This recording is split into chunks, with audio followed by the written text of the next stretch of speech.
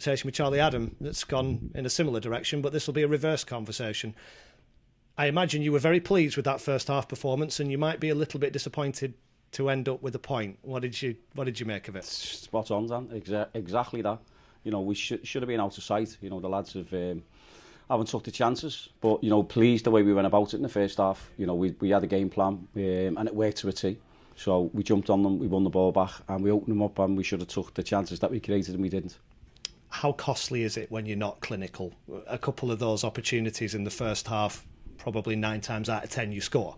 Well, you do score, and you know, we did score, didn't we? So you know, we scored, we've hit the crossbar, I could go through the chances, but you know, we were clinical at one point, and we've took the lead, into half time, which was good. And you know, we just regrouped, got ourselves going again, said they're going to come at us, and in the first 10 minutes they've made 3 substitutions, and it's sort of, you know, they made an impact from the bench. They've switched Patterson to the opposite side, and you know, he's ended up getting a crossing, and Broom's ended up getting in there. Just on that first half, how much energy was there from your team, and how difficult is it to sustain that level of pressing high up the pitch, endeavour winning the ball over 90 plus minutes?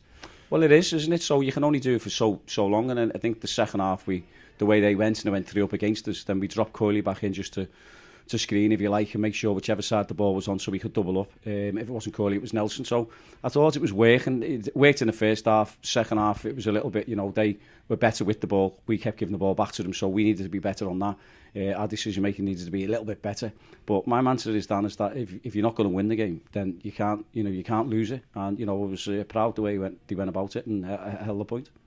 At half time, if I'd have offered you a point, would you have been happy with that? No, definitely not. No, because it should, as I said to you, Dan, it should have been out of sight. So you know, it worked, and you just touched on how you can sustain that pressure and them energy levels and everything else. And I think for a certain period of time, I think we did that, and we done it really well. So you know, the end of the day is as I said, the subs are there for a reason. The opposition have made the 3 subs, and they've had an impact.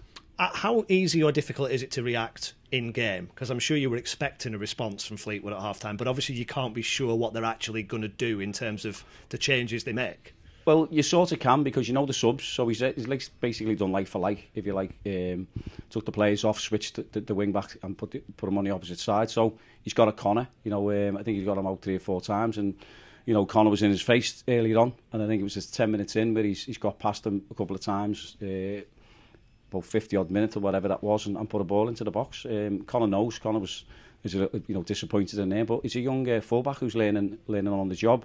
Very, very good player. He's got gears, and you know, he defended really well in the first half. So he's disappointed in there, but he's got to learn from it. How did you felt they did in terms of adjusting to the change that Fleetwood made? Yeah, well, they done well. So you could see that. So you know, they've come at us and asked more questions, as I just said there. Is that we need to pass the ball better to each other in the second half, so you can stop what they were doing, which we did. Obviously didn't stop the crosses, but once you win the ball back, you have to pass the ball to a man. If you're going to play into space, it has to be in the right areas, so you can go and turn them. And I think we got most of them wrong in the second half. You know, and you just got to take your medicine.